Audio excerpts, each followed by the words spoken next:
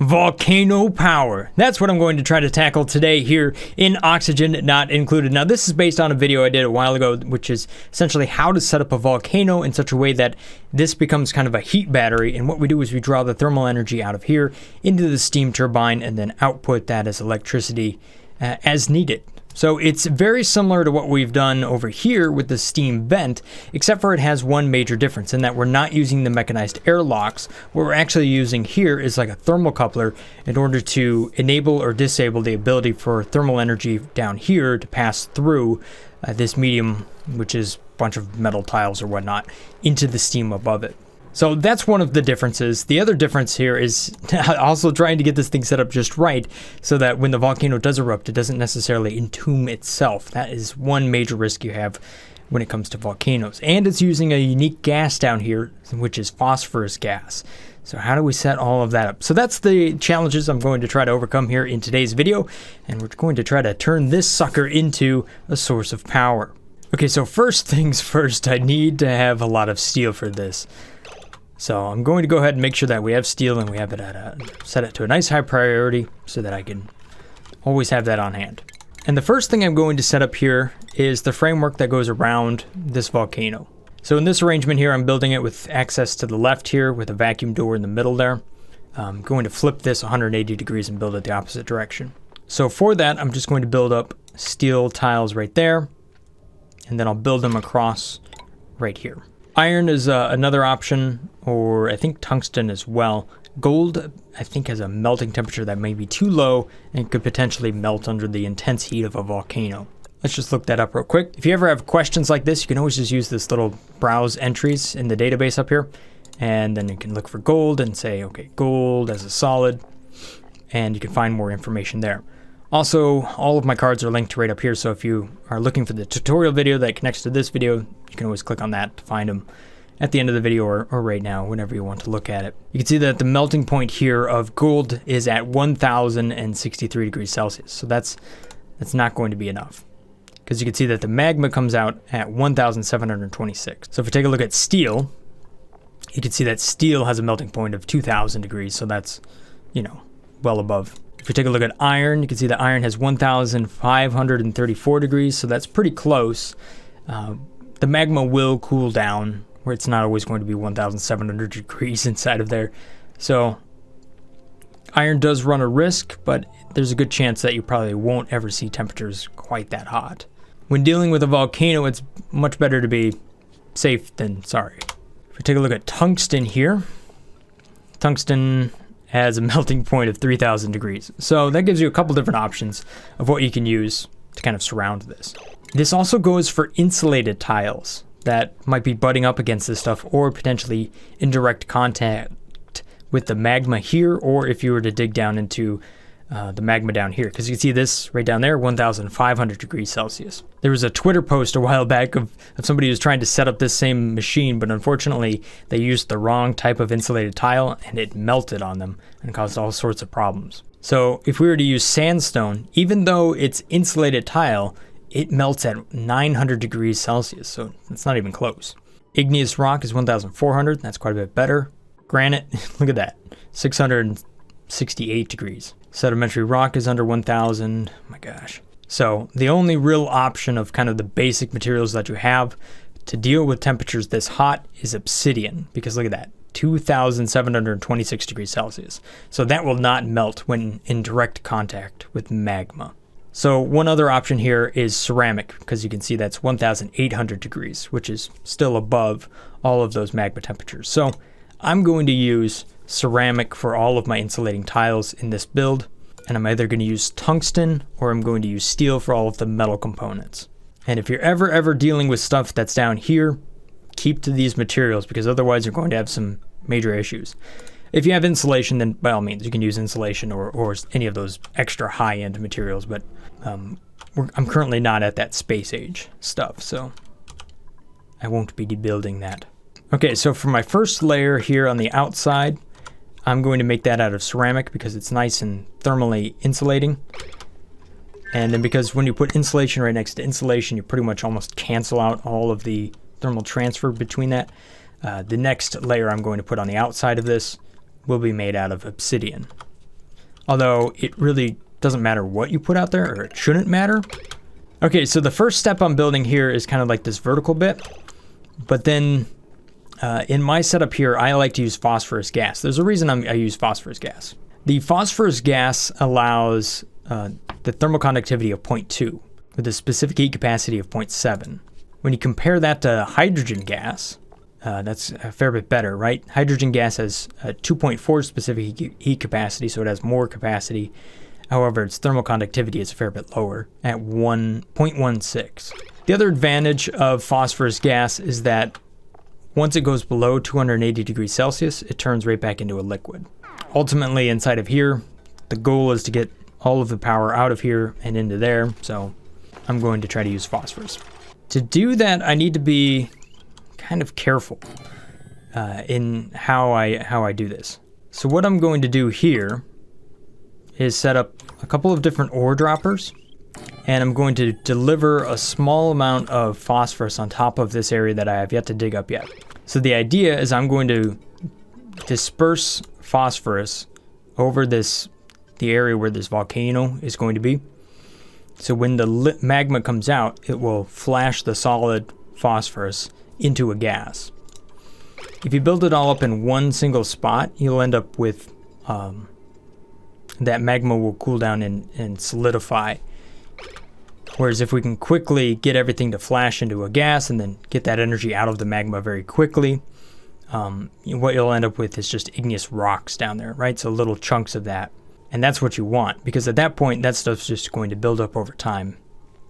And because it's a solid down there, as this thing gets cool and it turns back into a liquid, it comes back down here and is in contact with that bit of igneous rock down there. So then it can flash back into a gas and transfer more energy. So that's kind of the thought behind the phosphorus. Okay, so what I'm going to do is I'm going to set each one of these to 10 kilograms. So the idea is that I deliver to this automatic dispenser once.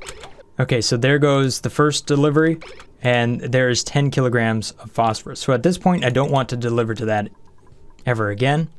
There goes another one, and another one. All right, so there we go. So now I'm going to disable that, and I'm going to disable that one as well. Okay, now that was actually a good strategy right there, because I disabled this before it dropped out. So that's 10 kilograms in that tile, 10 in that, 10 in that. And what I'm really trying to get is just 10 in each tile over here. Okay, so there we have it. I have 10 here, all the way across. So now I could just deconstruct all of this. I don't need it there anymore. So I have a total of 50 kilograms of phosphorus down here. So down here, I'm going to have a total of 3 doors, and these will be made out of steel, just to deal with the temperature. So 1, and then there's going to be 1 in the middle, and then once I have enough steel, I'll put it out here. I'm just going to use a sensor right here, a hydro sensor for the sake of it. And then I'm going to connect an automation wire to that, again, trying to maintain the same type of material. This will allow me to manually select above or below on the sensor, and that will open and close this mechanized airlock. So once the dupes are done doing what they need to do inside of here, I can cycle this. It'll get rid of all the gas in this single spot right there and maintain a vacuum between this door and this door, so no thermal transfer can happen here. That way we don't end up heating up the base over here through this door. I have to be careful here. I got more phosphorite that I'm digging out above, so I'll need to sweep that separately. I don't want to have too much. If I have too much, then again, it causes issue when the volcano first erupts. So having an inventory system right now where sweep only is your only way to actually get rid of or to move stuff, that's actually going to be really useful for this build. How's my little fish farm doing? Well, I got a bunch of old fish in here. One tame. I learned earlier this morning that it would be better to have a couple of these set up so that I can build up the amount of fish I need quickly. There's also kind of an ideal temperature for this, which I think I'm pretty much at. 30 degrees Celsius is like perfect, but that's something to keep an eye on. Oh well, as I get tame fish out of here, I may build some more pools like this. Maybe right here, and then just use the fish release to kind of seed it. We'll see. We'll give it some time. That video has not gone public yet as of this recording, so I'm sure you guys will have some great feedback as far as how to do Pachu ranching. Alright, so I've cleaned this up. I just need to dig the rest of the coal out. Take care of that. And then, even though it's kind of annoying here, I'm going to have to sweep up each one of these individually. Pick them, you know, click on the coal itself, not just sweep everything in this tile. Although I guess I could say sweep everything. And then go back and find the phosphorus. There we go. Or the phosphorite, stop that. There we go, cancel that sweeping. Cancel that one. Because that's the stuff I don't want to sweep up. Our last move, once we build everything here and we uncover this volcano, is going to be sweeping up the rest of the material we dug up. So the obsidian, the granite, and whatnot that's covering this volcano. It'll also be a good idea not to uncover this while it's erupting. Otherwise, wow, that would be a big problem. Okay, so here's that sensor I was talking about. If we go to above, you can see that will flip the door. If I go to below, it'll open the door. So you just manually cycle that. There's ways to automate that to create like a real airlock between rooms based on a weight plate and some automation. It's always more complicated than it's really worth. Okay, so I know that I'm going to have metal tiles right up top. The other thing I want to have here is mechanized airlocks. All right, so I need more steel production here, but normally I was just running eggshells to make lime, but I can also do fossils now that I've dug some of that up. So you can see right down here, I'm storing lime in this automated storage bin right there. So now I can run this rock granulator, produce more lime, and I have refined carbon right down here. Or, I mean, yes, refined carbon. That all combines here into steel. So, ooh, who's stressed? Otto, why are you so stressed? It's temporary, I guess. Okay, so unlike this build here where I only used one single tile tall, I'm actually going to go ahead and make that 2 tall this time. That'll just let the steam move around a little bit more. I'm not really sure that it'll actually have any benefit at all, but that's what I'm gonna do. All right, let's see if I can get a dupe in here to analyze this volcano. I'm gonna save the game right now. Always make sure to save this, especially when dealing with a volcano. But I'm going to uncover this top piece right there. That way when I go to build the metal tiles, I don't move that phosphorite. Not that I don't think that would be the end of the world, but I'm just going to do it this time. So there we go, we're going to dig that. Okay, excellent. So now I can build this metal tile and I won't move that phosphorite. And since I have doors up top, I can just go ahead and build those. We can just build right through the doors. Nice. Unless Super Meep entombs himself. Please don't entomb yourself. Come on, dupes, run the steel machine. Run it as fast as you can. Actually, how's that working now that it's running?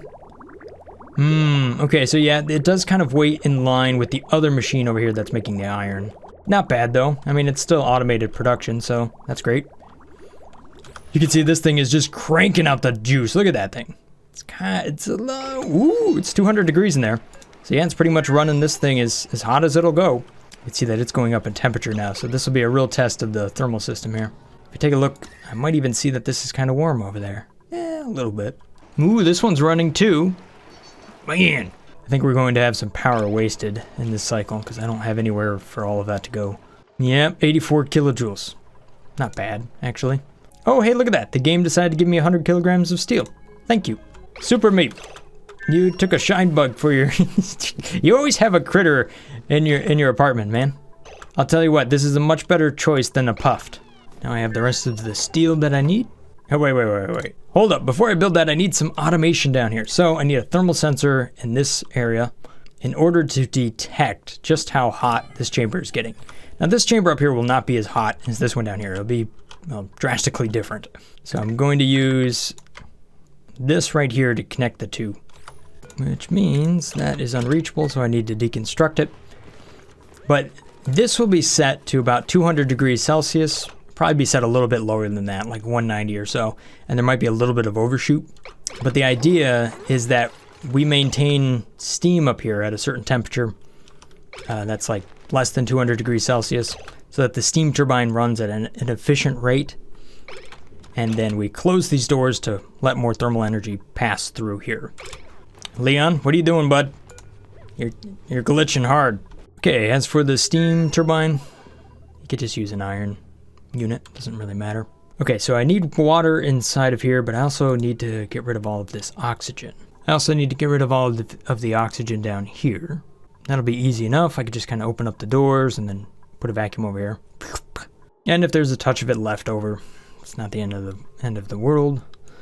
Up here, definitely want to try to keep it as with as much steam as possible. The one advantage I have up top, though, is that I have a liquid vent. That's just going to be on the other side of this steam turbine, so it's just going to recycle the same water over and over again. So that makes it really easy to put water into this unit, but we have to get the air out. So for that, I'll need to recreate the liquid lock like I've done up here. So to handle that, I'm just going to make this little power generation station over there. Dupes will run on the wheels, that'll run the pump, and that'll pull a vacuum in this area. Come on, Dupes, you can build it. There you go. Super Meat, oh, you're not quite stuck yet. Stinky, buddy, I don't know how you're planning to get out of that one. Ah, there you go. And like normal, I'll just use this little bottle emptier right there, and we'll bring some water in.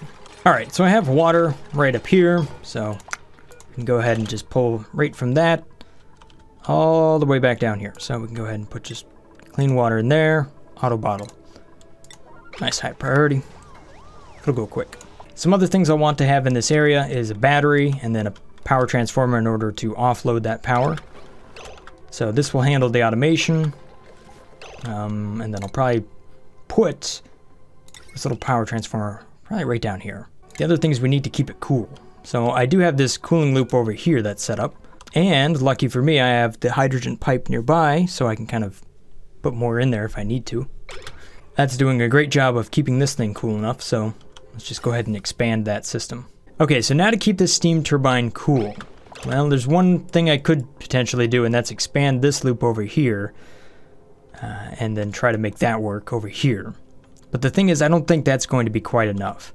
There's a good chance this one's going to be running a lot and frequently, so I'm guessing that the amount of energy that I'm able to dissipate and convey between this biome and that biome isn't really going to be isn't going to work out that well. However, another thing I have available to me is a couple of Wheeze worts down here, and I really don't have any good use for. So this biome over here is kind of already melty to begin with. Look at it, it's kind of already just turning into polluted water. So there's not a lot of reason to keep this cold biome cold all the time. Like, I might end up, good chance I'll just dig this thing up. Take a larger look at the map here. I have another cold biome up top, and this one doesn't have enough Wheeze worts to really stay cold either, with another 4 Wheeze worts inside of it. Then there's this one here, that one there. The one that really could stay cold all the time is probably this one over here, because look at all those Wheeze worts. So I think I'm going to use the Wheeze wort method here to keep this turbine cool. Not only that, it's something that's a little bit different. So I'll go ahead and slap down these. It takes about 6 Wheeze worts in order to keep one steam turbine that's just running all the time cool. And I don't necessarily know how much thermal energy I'm going to get out of this volcano, but there's a chance that there might be enough thermal energy just to keep this thing running 100%.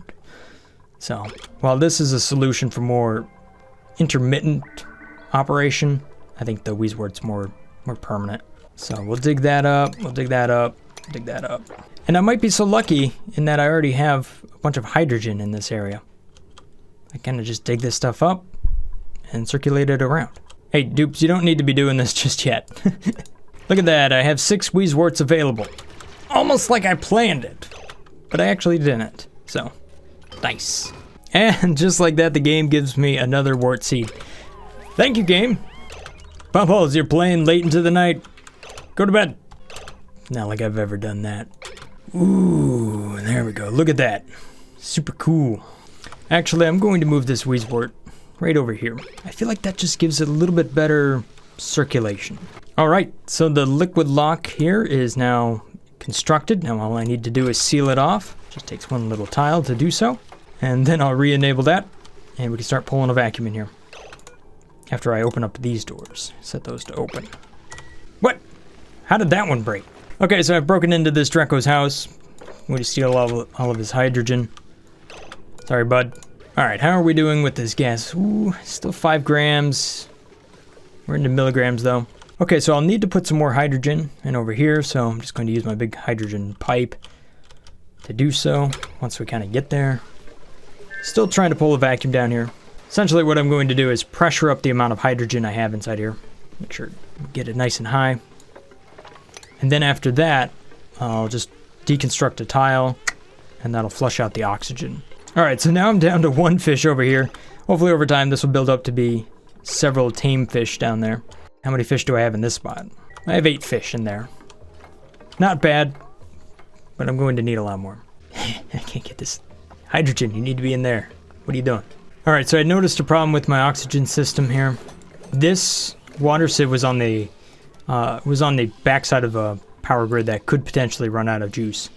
So there was an opportunity for this to run out of water, and then therefore not be able to produce any more oxygen and produce the hydrogen that it needs to replenish itself. I think at that point then the battery drain ends up happening and you can end up without power in this unit. So I connected this to the same grid that I keep these, that I use to run these valves right here. So that runs on a battery backup. So I always have water and I can always detect the type of gas that's going through the pipes. All right, are we in a vacuum down here? Yes, we are a vacuum. Vacuum. Everything except for the stuff that's just right in here, which is really, really close. That will be a vacuum by the time we're pretty much done with this. So, okay, next phase. What I'm going to do is put some temperature shift plates inside of here. Make those out of diamond. All right, so at this point, I want to be real quick about this.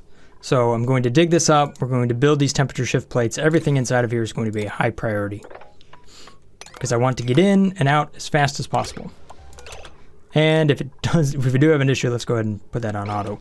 Okay, let's sweep up the granite, sweep up the obsidian, get rid of the rest of that granite. All right, have we analyzed this just yet? Analysis complete. Okay, so yeah, my dupes can do that really, really fast. Idle. Oh man, it's gonna erupt in 1.5 cycles? Yo, dupes! Yo, party level 9! Lucky me, because otherwise this thing is going to be dormant for like a huge amount of time. So, come on. Oh no, it's starting to move! It's starting to move! Dupes! Dupes! Biker puppy, you better be quick about this. Oh, that is a slow build. Do just a little bit more. A little bit more, dupes. Hold your breath. There we go, stinky gut. Woo! Okay. Now we want to flip this door to auto real quick. Now if we have a little bit of gas inside of here, which you can't see if we do or not, I'm going to click that to above. The door closes and then go back to open. Now I know that there's a vacuum inside of here. Now, let's go ahead and just make sure that these doors are open. The automation is connected, right? Hello? Hello? I really don't want this to erupt and then have this be super, super hot. Although it won't be because it's in a vacuum. But it's crimson. There you go. Build it up. Hold your breath, buddy. No! Where are you going to get oxygen? Don't go inside of there. That's a bad way to go. Close the door again. Open it up again. By the way, dupes, you cannot go in here. Don't do it. Somebody allow me to open these doors, please. Please. We only got a cycle left. Okay, one way I could get more. All right. Come on, dupes. This thing. All right, whatever. Don't worry about it. Just put some tiles right there. You can do it, dupes. Put a couple tiles right there. I hope this works. Okay, then the next thing we're going to do, duplicants, is we're going to use the water that we used for this liquid lock, and we're going to pump it right into here so that we have steam ready to go. Are you guys up for the task? I think you are, but... Alright, there we go. Good job. Get rid of those tiles, and put a liquid pump right here. Alright, good deal. Nice. Good job. Let's go ahead and put a high pressure gas vent inside of here. There we go. Now we have some water up there. Excellent. And this thing will become active if it goes above 190. So if the temperature gets too hot, then we can do that. Oh, there we go. Haha. Good. Good, good, good. All right, so here, more hydrogen is flowing into this area. And it might have been all of it. Oh no, there's a little bit more. All right, so here it is, the moment of truth. What I want to see is the volcano erupt, but I would just want to see little blocks of igneous rock down here. I don't want it to entomb itself. If it doesn't entomb itself, then I've done my job perfectly. Let's take a look at the temperature overlay. This thing will be awesome in 10 seconds. Here we go. I'm gonna slow it down. 3, 2, 1, come on. Boom! Perfect! Absolutely perfect. Look at that. See how that went straight to a solid igneous rock right there? Never once did we see any magma. And what do we have inside of here? Well, we should have phosphorus gas, although we have a vacuum. So, oh, the liquid, it's hitting the temperature shift plate. That's what's going on. Boom. Boom. Now, once this phosphorite, look at that, it'll go to a liquid now. And then in a second, boom, it's just going to flash to phosphorus gas. Just like that. Perfect. And now look at this metal tile. Look at how hot it's getting. 1,000 degrees Celsius inside of here. And same with this door. You can see why I wanted that to be a vacuum. Otherwise, that heat would just come pouring out of here and just blow up everything on this side of it. Uh-oh. Crap, we got some solid magma down there. I need to flip that quick. See how this heat is going to transfer across here? Boom. That might have been too much magma. So now that's going to try to heat up the water up top. Man, look at this thing go. Oh, no. Oh, well, it went idle again. It's going to erupt in another 14.7 cycles. But you know what? I think I have an issue here. I think I got too much magma buildup. I wanted that to go all to igneous rock, but it didn't. And it might have been my fault for not having these doors closed, actually. Let's let it play out a little bit faster. All right, let me reload this, and what I'm going to do is leave the doors closed this time. All right, let's try this again. I've got the doors closed now. So now there's going to be a lot more thermal conductivity up here. So maybe that's enough to keep that magma nice and cool below its solidification temperature. There we go. We're doing well. We're doing well. And if you take a look at the temperature now, look at that. Boom. It's got a lot more to go through now. Oh, no. This one is just erupting so fast. Look at that. 206 kilograms per second. It did better, though. You can see it didn't build up quite as much. Is it going to remelt this igneous rock, or is it not? Well, boom. Now we're all the way to steam. This thing's going to start kicking out quite a bit. And that thing has to self-regulate in order to keep the temperature down. It's going to be a little wild here for a moment. I just hope I don't have to go in there and dig that stuff out. Ah, that's what I was hoping to avoid. Okay, who's going to be the dupe that goes in there? All right, so I went back to the beginning of that cycle. Let's see what would have happened had I added some more temperature shift plates down here. Do I have the right stuff or not? Do I not have iron? No, I have iron. That's good. Good, I have diamond. Here you go, dupes. Seriously, try that. Come on, Bubbles, you got this. Build that diamond plate. Yeah, good job. Above, below. Make sure it's a vacuum. All right. All right, so here we are again. But this time I just put more temperature shift plates down here on the bottom. It seemed like that's where the liquid was building up, so let's see how this works. Right now we're getting the igneous rock at the beginning.